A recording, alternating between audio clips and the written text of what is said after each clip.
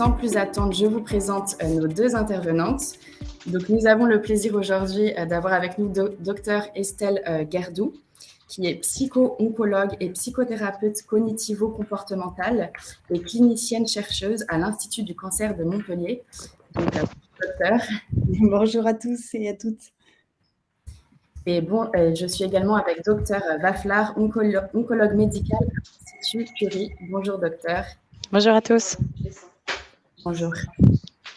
Donc, pour ce qui s'agit des objectifs du webinaire, voilà, la question, ça sera où en est-on d'abord du cancer du sein, ensuite de savoir voilà, quels sont les effets secondaires des traitements du cancer du sein localisé. Et puis ensuite, nous aborderons ensemble voilà, comment accompagner au mieux un collaborateur atteint d'un cancer, voilà, comment se passe l'annonce, quels sont les impacts et comment l'accompagner au mieux. Donc, je vais laisser la parole à nos deux intervenantes, mais avant cela, nous aimerions vous poser deux questions. Donc, ces deux questions, vous les trouvez dans l'onglet sondage en bas à droite de votre écran. Donc, vous pouvez y répondre d'ores et déjà. Donc, la première question, c'est de savoir, avez-vous déjà été confronté au retour à l'emploi d'un ou d'une collaboratrice ayant eu un cancer du sein? Et si vous aviez un cancer du sein et que vous deviez retourner au travail, qu'est-ce qui serait le plus difficile pour vous? Donc voilà, je vous laisse répondre et puis je vais commenter en direct vos réponses. Donc pour l'instant, c'est assez partagé. Non, c'est assez partagé. Vous avez déjà été confronté pour la plupart à 60% à peu près à un collaborateur ayant eu un cancer du sein. Et s'agissant de la deuxième question, qu'est-ce qui serait le plus difficile pour vous? Alors, vous êtes beaucoup à dire la perte de confiance en vous, le regard de vos collègues, la perte de vos cheveux, un peu moins la pénibilité de votre poste et le camouflage vestimentaire de votre sein opéré. D'accord, bon. Voilà, donc merci pour vos réponses en tout cas et je vais laisser du coup la parole à Dr Waflar qui va commencer.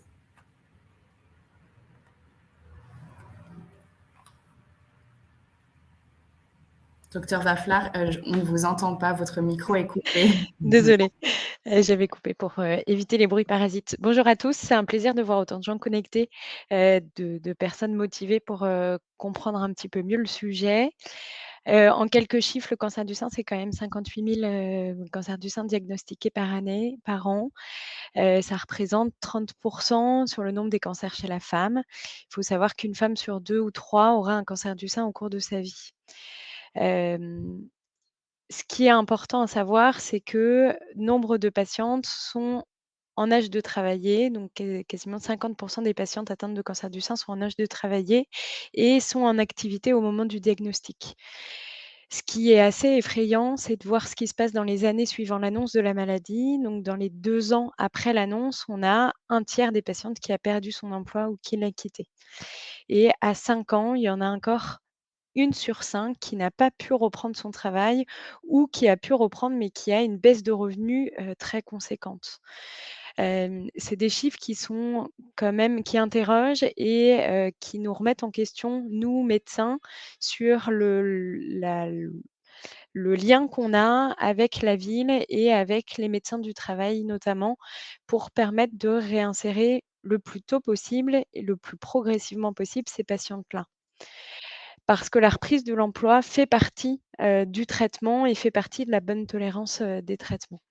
Alors, quelques mots rapides pour que vous compreniez mieux un peu mieux le cancer du sein et les traitements.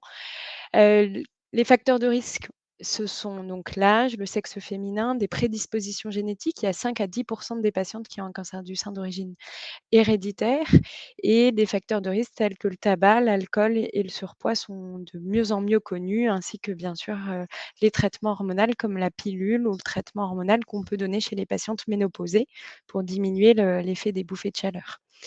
Alors, il y a un dépistage de cancer du sein dont on a beaucoup entendu parler, dans le cadre d'Octobre rose, et pour ça, vous avez aussi un rôle important en entreprise, pour développer au mieux ce dépistage via des communications, via l'organisation d'événements, de courses pour sensibiliser les employés. Donc c'est une mammographie tous les 2 ans à partir de 50 ans, mais à partir de 25 ans, il est important d'avoir une palpation mammaire régulière, par un professionnel de santé.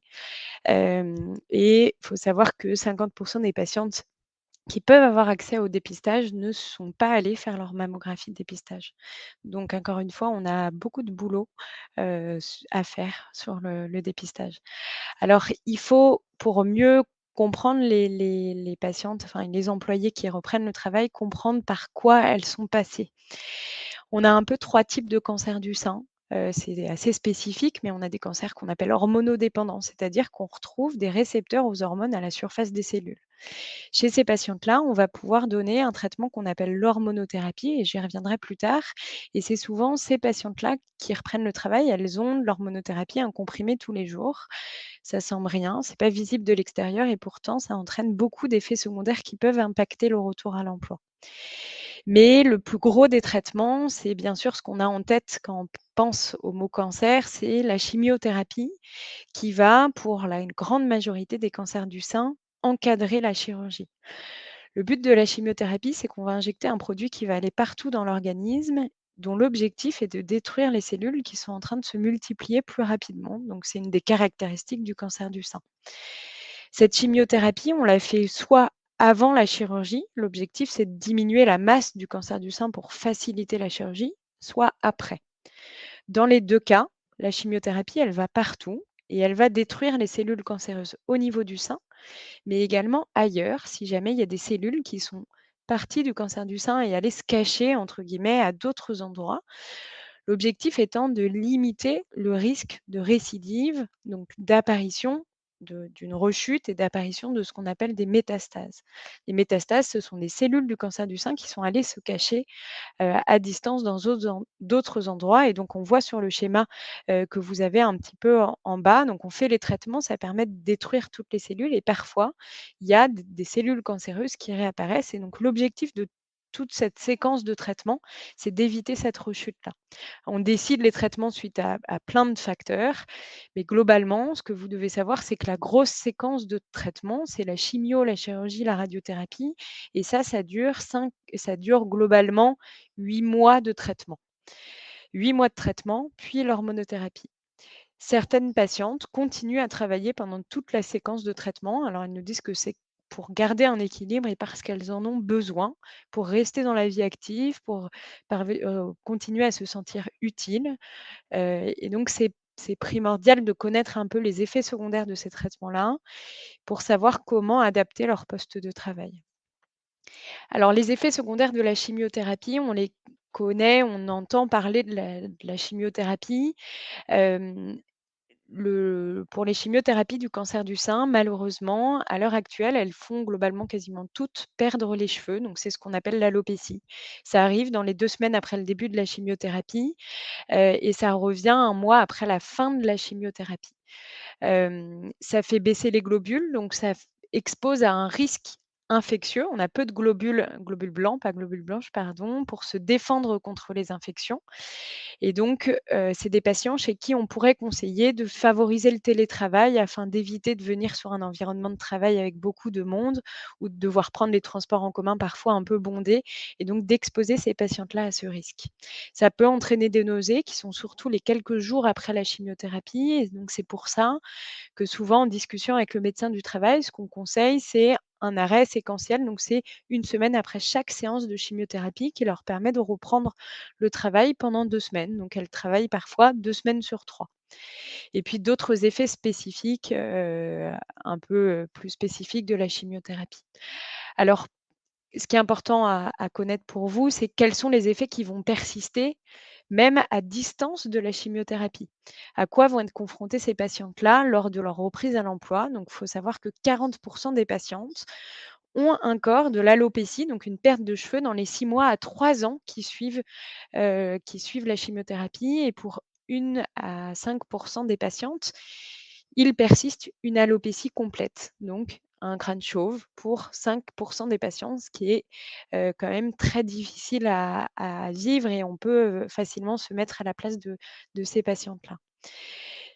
Les effets secondaires spécifiques qui peuvent rester, c'est la neuropathie auquel vous pouvez être, confrontés. La neuropathie, c'est quoi? C'est l'atteinte des nerfs périphériques, donc du bout des doigts, du bout des pieds, avec parfois l'impression de marcher sur du coton ou de pas sentir ses doigts. C'est des patientes qui vont avoir beaucoup de mal à boutonner leurs boutons, à taper sur un ordinateur, à taper sur leur téléphone et donc on comprend bien quel impact ça peut avoir dans la vie quotidienne et notamment dans le poste de travail avec parfois la nécessité d'adapter le poste de travail et donc le rôle des ergothérapeutes dans le travail pour adapter les outils.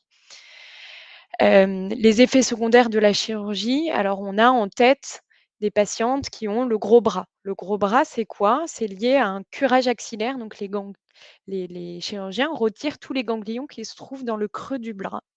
Ça veut dire que la lymphe, donc les ganglions ont du mal à à absorber un peu le liquide qui se trouve de façon normale dans notre organisme, qui va s'accumuler et qui va créer ce qu'on appelle un lymphœdème, donc c'est un gros bras. On réussit de mieux en mieux à gérer ce risque-là, mais néanmoins, heu, on peut avoir des patientes vraiment handicapées par ce gros bras qui ont une contention en permanence, donc comme des bas de contention qu'on peut avoir sur les jambes, mais au niveau des bras, avec l'interdiction ou la recommandation en tout cas de ne pas porter de charge lourde, de faire attention à la mobilité de ce bras-là. Donc on comprend tout de suite quel impact également ça peut avoir sur le travail et la nécessité d'adapter le poste. Il peut y avoir aussi ce qu'on appelle des névralgies cervico-brachiales. C'est quoi? Au moment de la chirurgie, pareil, il y a, les nerfs du dessous de bras qui peuvent être touchés et entraîner des douleurs qui irradient dans tout le bras comme des décharges électriques, ou des insensibilités du bras à cause d'une atteinte de ces bras-là, qui peut être très douloureuse au quotidien, parfois nécessiter la mise sous morphine de ces patientes-là, à cause de ces douleurs, invalidantes et nécessiter des séances de kinésithérapie, parfois, 3 fois dans la semaine, et donc pareil, c'est parfois difficile pour ces patientes-là d'organiser leur quotidien et de gérer ces séances de kinésithérapie qui s'intercalent dans leur travail. La radiothérapie, c'est quoi? C'est des patientes qui vont avoir des séances de rayons, 1 fois par jour pendant 5 semaines en moyenne. On essaye pour les patientes qui travaillent de s'assurer à ce que ces séances-là, puissent être mis tôt le matin ou sur la pause déjeuner ou tard le soir pour leur permettre de continuer à travailler et globalement, peu d'effets secondaires si ce n'est ce qu'on appelle un érythème local. C'est une brûlure un peu de la peau par effet de radiothérapie qui peut parfois entraîner pour des personnes qui ont des tenues de travail, particuliers, une sensation de brûlure ou de douleur. Et enfin, ce à quoi vous serez le plus confrontés, c'est des patientes qui sont sous hormonothérapie. Alors nos recommandations de traitement de l'hormonothérapie, c'est 5 à 10 ans de traitement. Des traitements qui entraînent une trouble de la libido, une asthénie, des troubles de mémoire, de concentration, auxquels Estelle va beaucoup revenir par la suite, des bouffées de chaleur, des douleurs articulaires importantes et faut savoir qu'il y a 30 des patientes qui, à 5 ans de traitement, ne prennent plus leur hormonothérapie à cause de tous ces effets secondaires-là qu'on essaye on essaye de mettre des traitements symptomatiques pour diminuer tous ces effets secondaires-là et leur permettre d'être le moins invalidés possible. Un des traitements qu'on met en place, c'est l'activité physique adaptée. Et donc la reprise à l'emploi. Donc la nécessité d'avoir une vie active pour ces patientes permet de diminuer ces douleurs, articulaires. Donc si on prend, là, c'est un recueil de patientes de 6 000 patientes pour voir un peu le pourcentage de patientes qui sont gênées par ces effets secondaires. Donc on voit qu'il y a 30 de ces patientes qui ont des arthralgies, c'est-à-dire des douleurs articulaires. 40 des bouffées de chaleur. Donc il faut savoir, il y a les bouffées de chaleur liées à la ménopause. Bah, celles sous hormonothérapie sont encore plus invalidantes. Et donc d'autres troubles de fatigue, de difficultés de concentration et cetera.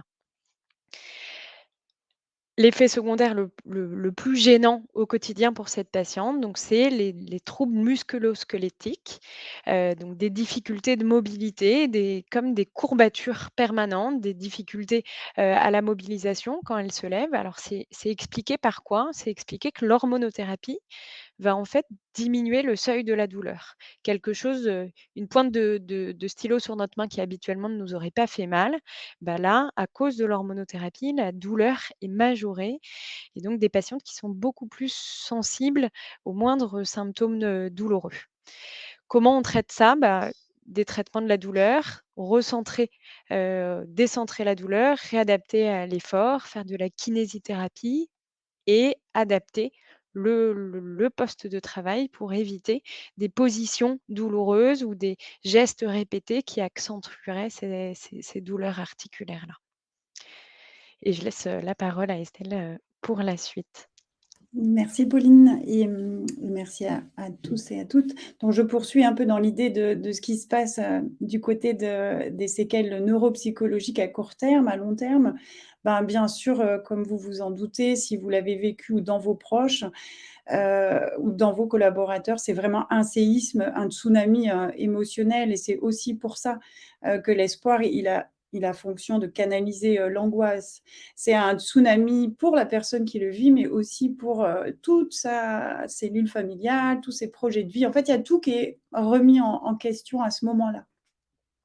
Il y a l'image du corps qui est bien sûr bouleversée parce que, il y a ce qu'on peut voir, sur le corps, sur la chirurgie, sur les effets secondaires, sur comment on a reconstruit ou pas et puis bien sûr, il y a tous les effets, dans la tête, hein, ce qui se passe et comment ça va bien rebattre, les cartes. On distingue généralement 3 temps, hein, le 1er temps, on pourrait même dire 4 temps, le temps des traitements avec, plus ou moins de patientes qui poursuivent leur travail pendant ce moment-là et puis le temps du rétablissement avec, ben, là, les questions qui émergent à nouveau du côté professionnel. Qu'est-ce que je vais faire dans ma vie? Qu'est-ce que je veux faire? Et ça bascule sur aussi un temps de la peur de la récidive avec, l'idée de dire: «Bah, je dois apprendre à vivre finalement avec cette possibilité, cette incertitude, que mon cancer revienne». Donc ça, c'est un vrai apprentissage de tolérer l'anxiété face à cette zone d'incertitude. Bien sûr, après, il y a un troisième temps qui est celui de la fin de vie. On ne va pas en parler aujourd'hui, mais c'est l'occasion de rappeler que bien sûr, on sait guérir de mieux en mieux, le cancer du sein, mais que pas tous ne sont, curables aujourd'hui. En fait, il y a à peu près un tiers des patientes qui souffrent de détresse psychologique, hein, donc c'est une expérience qui est très désagréable, elle est sociale, elle est spirituelle, elle est physique. C'est une définition internationale, hein. On dit qu'aujourd'hui que c'est le 6e signe vital, la détresse psychologique. Elle est souvent mal évaluée parce que, bah, les collaboratrices n'aiment pas forcément, bien le montrer, que c'est pas toujours bien toléré, puis qu'il y a toutes les représentations, de la société, hein, avec, bah, finalement le traitement du cancer du sein est fini, bah, si c'est fini, c'est derrière, hein, on a envie d'oublier et bah, comme le disait Pauline, il y a beaucoup d'effets secondaires qui continuent, hein, et la maladie est pas terminée avec cette peur de la récidive qui est là au-dessus de la tête, un peu comme une épée Damoclès. D'ailleurs, on parle de syndrome Damoclès. D'un point de vue vraiment neuropsychologique, comme, Pauline le soulignait, c'est la fatigue, c'est un des effets les plus, gênants dans la reprise au travail. C'est un des effets secondaires les plus associés, bah, ça peut prendre la forme d'irritabilité, de démotivation, puis ça a l'impact, comme vous le disiez dans le chat, bien sûr, la confiance en soi, l'estime en soi et puis la qualité de vie. Alors on sait que, ben, oui, il y a des facteurs qui viennent accentuer cette fatigue et que c'est très important à ces collaboratrices d'avoir une hygiène de vie et de respecter aussi le sommeil. Ça veut dire peut-être des adaptations de poste selon, les fonctions, de la collaboratrice. Votre rôle, nous, en tout cas, ce qu'on vous conseille, c'est déjà d'avoir conscience que c'est un effet secondaire qui est aujourd'hui reconnu, et donc de reconnaître ça comme la perte des cheveux, de dire: «Bah oui, la fatigue fait partie des effets secondaires». Ça va permettre de déculpabiliser beaucoup votre collaboratrice qui ressent ça et qui, la plupart du temps, est pas bien reconnue. C'est ce qu'on appelle un handicap invisible. Donc, à vous de le reconnaître, d'organiser peut-être, de proposer une hiérarchisation des tâches pour dire: ben on va faire les tâches, qui sont vraiment nécessaires en début de matinée, de journée, par exemple et en fonction de la fatigue, les tâches les moins importantes», hein. Donc ça veut dire aussi fractionner et réorganiser. Ça veut dire, une des manières de traiter la fatigue, c'est, comme le disait, Pauline, c'est l'activité physique adaptée. Donc, trouvez ce compromis avec votre collaboratrice pour à la fois relancer la machine, de l'activation comportementale, l'activité physique, le travail, mais en même temps sans dépasser un certain cut-off, un certain seuil qui viendrait majorer la fatigue. La douleur, ben, là aussi, ben, c'est un des symptômes les plus, fréquents, enfin il est pas tant fréquent que ça, mais il est très redouté. Là aussi, ben, selon les femmes, selon le vécu, ben, c'est on le disait, de l'irritabilité, ça peut entraîner de la dépression. Et puis, ben, ce qui est particulier sur ce symptôme de la douleur, c'est qu'il y a beaucoup de représentations, beaucoup de pensées qui y sont associées, hein. J'ai mal, ça veut dire que mon cancer, il est peut-être en train de revenir. Donc vous voyez qu'il y a plein d'idées qui peuvent finalement rehausser cette peur de la récidive. Je ne veux pas prendre d'antalgique parce que, ça me créerait une dépendance, ça veut dire que je ne suis pas assez forte et cetera. Donc voilà, toutes les représentations qu'on peut nous-mêmes véhiculer sans s'en rendre compte et qu'il est important de prendre en considération. Il y a un moment donné, quand on a mal, pendant trop longtemps, eh bien, on a l'impression qu'il y a plus rien à faire. Donc ça arrive très souvent chez les collaboratrices, c'est-à-dire qu'elles s'installent dans une forme de douleur et en se disant: «Bah, de toute façon, je ne vois pas ce que je peux faire de plus». Bon, c'est peut-être aussi à vous de les accompagner, pour proposer des solutions. Bah, il y a tout un tas de services d'algologie, il y a des thérapies, notamment ACT. Il y a des tas de choses qu'on peut faire. Voilà, de leur rappeler que c'est pas une fatalité, la douleur et puis c'est très important d'aménager le poste en fonction de cette douleur. Alors, un autre effet secondaire qui est extrêmement répandu, c'est ce qu'on appelle le chemobrain ou le chemofog.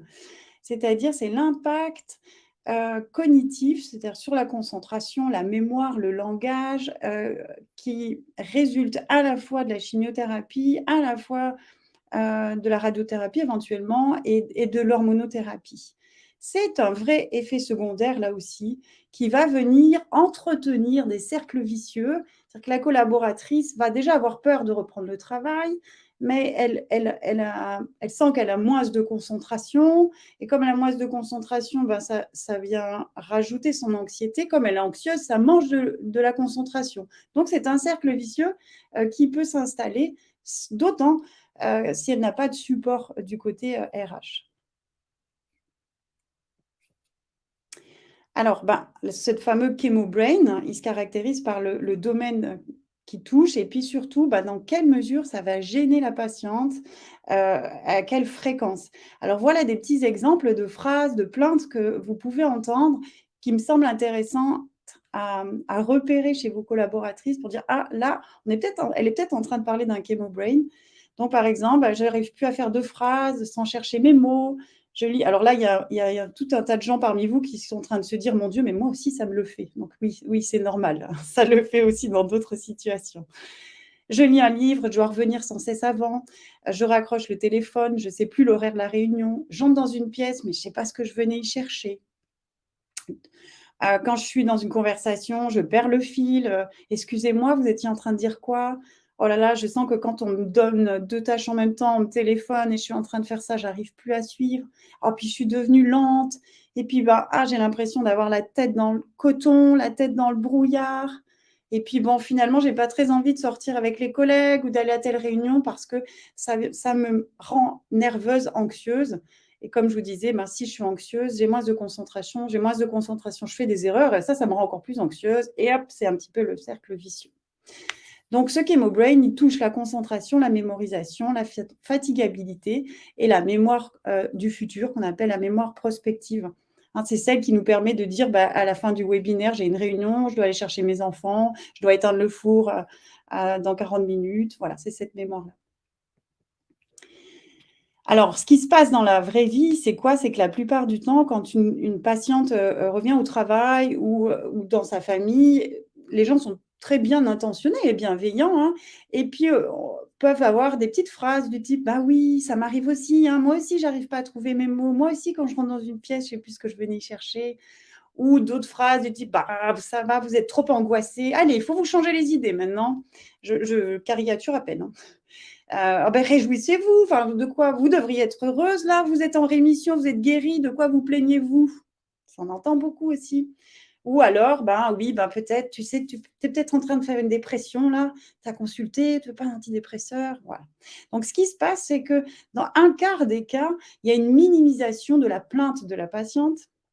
Ou alors, il y a carrément un petit déni, hein, c'est-à-dire que le corps soignant et des ressources humaines ne posent pas la question. Et puis, la plupart du temps, en tout cas en France, c'est un petit peu tabou ce Chemobrain.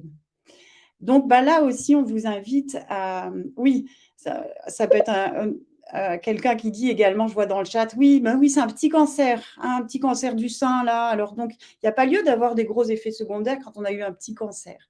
Bon, tout ce genre de phrases qui, encore une fois, peuvent être bienveillantes, hein, elles peuvent être extrêmement délétères et venir cautionner et entretenir le cercle vicieux de l'anxiété, de la peur de reprise de travail, de la perte de confiance en soi.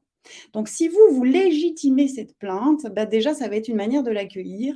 Et puis, ça va être une manière de dire, OK, il se passe ça, on le sait, ça fait partie des effets secondaires et comment on peut faire avec.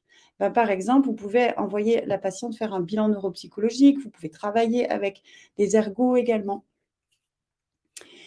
Voilà, alors du coup, vous comprenez bien, comme on le disait tout à l'heure, qu'un tiers des patientes ne retournent pas au travail, qu'on a beaucoup progressé dans la survie, mais que ça n'a pas forcément amélioré la qualité, que le fait de reprendre le travail, ça va loin. Hein. C'est-à-dire que je ne reprends pas mon travail, j'ai ma qualité de vie qui est moins bonne, je suis en insécurité financière, mon environnement social est moins stable, j'ai moins le sentiment de contrôler ma vie et les choses.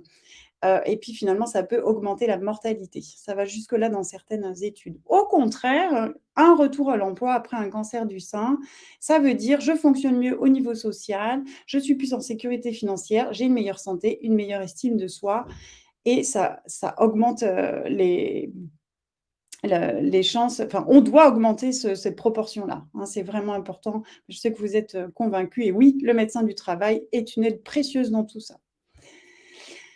Alors, quand on regarde les études, là, pour voir finalement, qu'est-ce qui fait qu'une femme, après un cancer du sein, ne retourne pas à l'emploi? Il y a beaucoup de données très fortes qui nous montrent que plus le poste a des exigences psychologiques élevées au travail et plus c'est un frein pour retourner dans l'emploi, 4 fois plus de risques de ne pas y retourner. Les patientes qui ont un faible niveau de revenu, un faible niveau socio-éducatif et qui ont eu des cancers un peu plus avancés ont également plus de risques. S'il y a une mastectomie, plus de risques de ne pas revenir à l'emploi.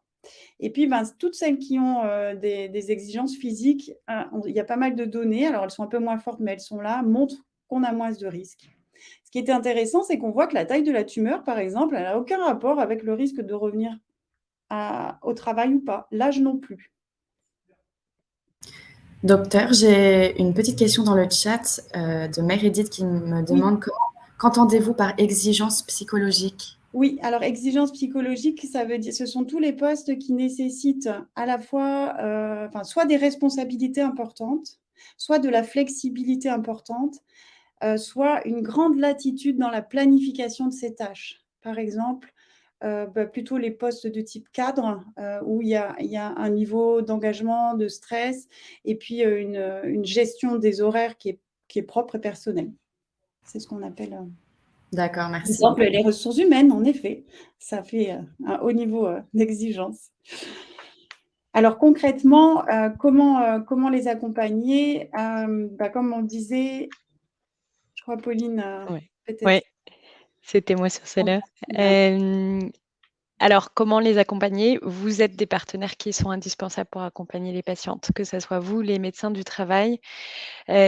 Il faut accompagner ces patientes-là, il faut travailler en lien avec les psychologues, les ergonomes, les assistants sociaux et il faut que ce soit progressif et à réévaluer, donc faire des points de réévaluation avec les femmes qui reprennent le travail pour adapter au fur et à mesure. Et il faut être très vigilant avec cette envie des patientes de prouver qu'elles peuvent, prouver qu'elles sont encore bonnes à quelque chose, prouver qu'elles ont encore une place dans l'entreprise et ce cercle un peu vicieux des patientes qui vont vouloir trop faire et pas forcément alerter, sur tous ces problèmes, dont on vient de parler. Heu, Pas plus tard que vendredi dernier, 2 patientes qui ont repris leur emploi pourtant à mi-temps thérapeutique. Bon, toutes les 2 sont arrivées en consultation 2 mois après la reprise, en pleurs en consultation, en me disant qu'elles travaillaient le week-end, qu'elles travaillaient même sur leur temps thérapeutique, qu'elles travaillaient le soir, pour prouver un peu qu'elles pouvaient y arriver et parce qu'elles ont été tout de suite rebalancées dans leur poste qu'elles avaient initialement, sans forcément d'aide et sans accompagnement, alors qu'en l'espace de 9 mois, on le voit bien, bah, il y a des nouveaux supports, il y a des nouveaux logiciels, il y a des nouveaux collaborateurs et il faut du temps, comme pour un nouvel employé, de se refaire un peu sa place. Donc c'est être vigilant par rapport à ça parce que vous ne serez pas forcément avec des patientes, avec des personnes qui vont vous le dire quand ça ne va pas et donc c'est la question de zéro question, c'est justement, il faudra un peu solliciter et dire: «Bah, je suis au courant qu'il y a cet effet-là. Est-ce que vous avez ces symptômes-là et ces effets secondaires-là?» pour qu'on puisse adapter et hiérarchiser. Pour ça, il faut vraiment avoir une visite de pré-reprise avec le médecin du travail qui permet de sécuriser la reprise, plus ou moins faire un mi-temps ou 80 ou 60 thérapeutique qui peut être évolutif dans le temps. Et faire de la sensibilisation aussi auprès de tous les employés, pour éviter un peu cette banalisation des symptômes, comme le disait Estelle et puis repérer les personnes qui peuvent être le plus à risque ou les plus impactées dans leur traitement pour avoir une action précoce et anticiper, ce retour à l'emploi et diminuer un peu l'anxiété. Je vous promets que les patientes ont une anxiété, mais majeure à la reprise du travail et d'avoir des réunions avant la reprise permet aussi de calmer un peu cette anxiété-là. Et puis pour nous, médecins, c'est de développer ce genre de webinaire d'information pour sensibiliser le monde de l'emploi à ça. Alors qu'est-ce qu'on a pu mettre en place, nous, à l'hôpital? C'est par exemple l'éducation thérapeutique. L'objectif de l'éducation thérapeutique, c'est d'autonomiser les patients pour leur permettre de mieux comprendre leur pathologie, de mieux comprendre les ressources existantes et comment améliorer les effets secondaires, les rendre un peu plus acteurs de leur traitement et de leur prise en charge. Et on a des ateliers spécifiques qui se développent de plus en plus pour préparer la reprise professionnelle et être un acteur de ce retour au travail. Il y a une des questions qui a été posée de: «Est-ce qu'on connaît le patient partenaire?» Bah oui, on est en train de développer de plus en plus ça parce que qui mieux qu'une patiente qui est passée par là pour accompagner les patientes donc ça se développe de plus en plus avec des masters, notamment en santé de patientes partenaires pour développer un peu cette expertise-là et cet accompagnement qui doit bien sûr être personnalisé, pour chacune, des patientes. On a aussi développé des outils de coordination. Alors là, je vous ai mis ceux qu'on a fait à l'Institut Curie, mais il y en a dans tous les hôpitaux et dans beaucoup de centres, j'espère. C'est d'avoir un peu un support papier à transmettre aux médecins du travail, à transmettre, aux ressources humaines pour un peu aider à guider le retour à l'emploi, des patientes et puis qu'elles sachent ce qu'elles peuvent demander, ce qu'elles peuvent mettre en place, pour mieux les accompagner.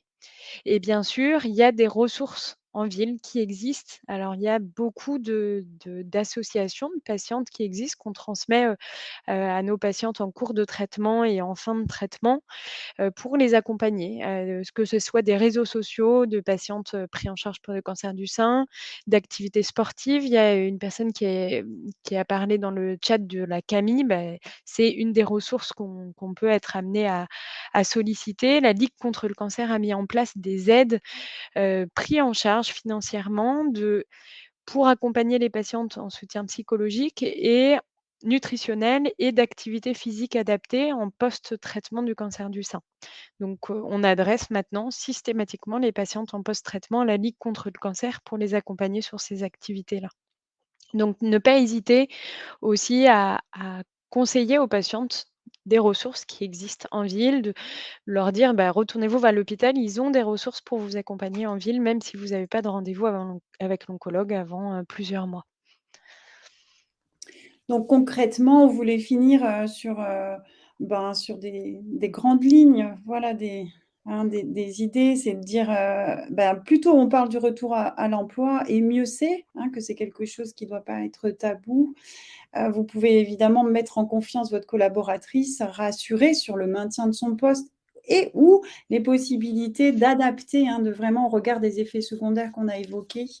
Dès son premier arrêt maladie, il existe différentes possibilités pour la reprise et je pense que vous avez un rôle qui est crucial, hein, pour être présent à leur côté, pour réfléchir aux différentes possibilités, tout en respectant la temporalité de la patiente. Il n'y a pas d'urgence. Il n'y a pas d'urgence à la reprise au travail. Par contre, il y en a certaines qui peuvent manifester l'envie et le besoin. Mais de respecter cette temporalité, c'est très, très important. Un autre, c'était de gérer son absence. Donc, pendant son arrêt maladie, vous savez que normalement, la salariée n'est pas tenue de maintenir un lien avec son employeur et réciproquement, mais pour autant, il y a quand même, on peut se questionner et puis se dire, garder un lien, ça permet de mieux se projeter dans le futur, d'avoir un sentiment, d'avoir toujours sa place au sein de son travail. C'est faciliter les nouvelles par son entreprise, voir ce qui se passe, rester dans le lien, penser la charge de travail. Donc tout ça est à réfléchir. Bien sûr, il y a la loi et puis après, il y a l'aspect humain. Convenir de solutions des solutions à la situation nouvelle et pour que ça corresponde aux deux parties. Aménager le poste de travail en fonction des besoins, hein, les horaires, le rythme, la durée, la charge de travail. Et puis, vous êtes, comme on vous le disait, un véritable lien avec les équipes qui doivent être les collègues, les collaboratrices qui doivent être sensibilisées à tous ces points-là et de communiquer pour pas que ça devienne quelque chose soit tabou, soit qui vienne nourrir et entretenir les cercles vicieux de l'anxiété, de la perte d'estime de soi et de confiance en soi. Et merci beaucoup pour votre attention, puis on est là pour répondre à Merci vos beaucoup. questions encore quelques Merci. minutes. Merci beaucoup Estelle et Pauline pour votre présentation très claire et très riche. Alors moi, de mon côté, je sais qu'il y a quelques questions qui sont apparues dans l'onglet questions, mais les questions ne chargent pas de mon côté. Moi, je les vois si, J'arrive à les si vous voir. voulez. Ouais. Donc si vous voulez les Il y en a prendre. pas mal pour toi, Estelle, sur le ChemoBrain. Alors, la première, c'est quels outils, quel organisme on peut sensibiliser, quel organisme existe pour sensibiliser les équipes sur ce sujet-là? Est-ce que ça peut durer longtemps après le cancer? Et est-ce qu'il peut y avoir des effets post-guérison d'un cancer du sein? Alors plusieurs questions. La durée du ChemoBrain, on la connaît pas bien parce que, il y a certaines femmes qui vont avoir cet effet-là pendant 6 mois, puis d'autres ça va être 2 ans, puis d'autres ça va être encore sur plusieurs années. On essaie de chercher quelles sont les variables qui expliquent cette différence-là. Donc comme je vous dis, il y a 3 grands groupes, qui vont récupérer plus ou moins vite. Pour sensibiliser les patientes et les collaboratrices, vous pouvez notamment regarder à Bordeaux, s'est développé tout un réseau qu'on appelle Oncogite, qui On permettent est connectés, je viens de le mettre dans le chat. d'accord, parfait, qui permet de prendre en charge et d'accompagner les patientes qui souffrent d'un ChemoBrain et de se rendre compte qu'elles sont loin d'être les seules et puis surtout de proposer avec des neuropsychologues, professionnels des prises en charge. Donc ça, c'est une manière, voilà, de le prendre, en compte. Est-ce que les femmes vont revenir, complètement comme avant? Moi, c'est ce que je dis souvent aux patientes, j'aime à dire que non, parce qu'il s'est passé quelque chose qui, de toute façon, va venir bouleverser leur identité et donc en ce sens, elles ne seront jamais, comme avant. Voilà. Il y aura des forces qui se sont développées dans heu, dans certains domaines, dans certaines compétences et puis d'autres un petit peu moins. Mais c'est vrai que pour la plupart, le fait d'avoir vécu ce cancer vient remodeler, refaçonner de toute façon des projets de vie et des directions. Donc non, ce sera jamais exactement comme avant et peut-être c'est ce qu'on peut aussi souhaiter parce que sinon ça veut dire qu'il ne s'est rien passé alors qu'il s'est passé quelque chose d'un petit peu grave. Il y a quelqu'un qui demande, alors c'est plus, pour moi, une patiente qui est atteinte d'une leucémie, est-ce que c'est transférable à sa situation? Alors, il y a des spécificités dans le cadre du cancer du sein, notamment par rapport à l'image de soi qui est modifiée. Mais globalement, tous les patients qui sont pris en charge pour un cancer ou une maladie hématologique, comme une leucémie, vont passer par ce bulldozer de traitement, qui est la chimiothérapie, parfois la chirurgie, et avec un impact et tous les effets secondaires qui, eux, sont transposables pour ces patients-là, bien sûr, avec la difficulté de gestion des effets secondaires qui durent, même à distance des traitements, et la remise en question de soi et l'impact et la difficulté à reprendre le travail. Donc oui, je pense que cette situation peut être transposable. Je voulais juste rajouter un mot. Il y a quand même, donc 30-40 des patientes qui vont récidiver, qui vont avoir un cancer du sein qu'on appelle métastatique. Là, la survie pour ces patientes-là est maintenant, grâce à ce traitement, sur de nombreuses années. Donc on ne peut pas extraire des patientes du monde du travail à parce qu'elles ont un cancer, alors que ce cancer-là Mmh. est là pour de nombreuses années. Et l'enjeu va être aussi pour ces patientes-là de réussir à adapter le travail et de leur permettre de continuer à travailler malgré ces traitements-là. Parce que nos objectifs de traitement vont être de contrôler la maladie le plus longtemps possible et de leur permettre d'avoir la meilleure qualité de vie. La meilleure qualité de vie, ça veut dire pour certaines de pouvoir vivre normalement et de pouvoir être utile à la société, de pouvoir travailler. C'est leur vision pour certaines des patientes et donc tous ces effets secondaires dont on vous parle, bah, ils peuvent être présents en cours de traitement et d'essayer de maintenir un travail, pour ces patientes-là peut être important. Donc on a beaucoup insisté sur les patientes qui ont une séquence de traitement et puis qui sont en rémission, qui sont guéries. Mais voilà, il y a aussi tous ces patients-là, chez qui le travail est pour qui le travail est important et pour qui on a du travail à faire, que ce soit, nous les soignants, et vous du côté, de l'emploi. Il n'y avait pas d'autres questions qui apparues dans la rubrique questions. Je vois que Lucie demandait comment poser la question du Chemobrain plutôt que Ouais. de poser 0 question. Alors une des manières, ce n'est qu'une proposition bien sûr, une des manières, que vous avez peut-être d'aborder, c'est de dire, ben, on connaît un certain nombre d'effets secondaires, liés au traitement voilà. On sait qu'il peut y avoir des troubles de la concentration. Comment ça se passe pour vous? Voilà, par exemple. Mmh. Tout simplement. Dire comment ça se passe pour vous, du côté des effets secondaires qu'on connaît, dont fait partie troubles de la mémoire, troubles de la concentration et comment ça impacte votre poste? Comment on peut vous aider? Même pour nous en consultation, hein, c'est quelque chose, que les patientes elles nous en parlent pas forcément et c'est un peu la question qu'on pose. C'est: «Est-ce que vous avez des problèmes de concentration? Est-ce que» tout ça et là, elles ont souvent un soupir de soulagement quand on leur dit: «Bah, c'est normal, c'est un effet de secondaire». Elles disent: «Ah!» Mmh. Et vraiment parce qu'il y a une grosse remise en question et parfois le risque d'arrêter les traitements d'hormonothérapie à cause de cet impact-là, et une fois que c'est connu et non banalisé, je pense qu'il y a une bien meilleure acceptation de cet effet-là. Donc l'idée, c'est de normaliser sans banaliser. Bon résumé. Est-ce que vous m'entendez? Oui, Oui, tout à fait. très Oui, bien. super, OK, parce que j'ai des petits problèmes techniques de mon côté. Mais en tout cas, merci encore, Estelle et Pauline pour votre présentation et pour, toutes ces réponses, à ces questions. Merci. Merci à tous, d'avoir participé à ce webinaire. Vous pourrez retrouver dès cet après-midi, le replay et le support de présentation, sur notre site. Donc voilà, encore un grand merci, à tous et je vous souhaite une très bonne journée. À bientôt. À bientôt, Merci à merci. tous. Au Bonne revoir. journée. Au revoir. Merci. Au revoir.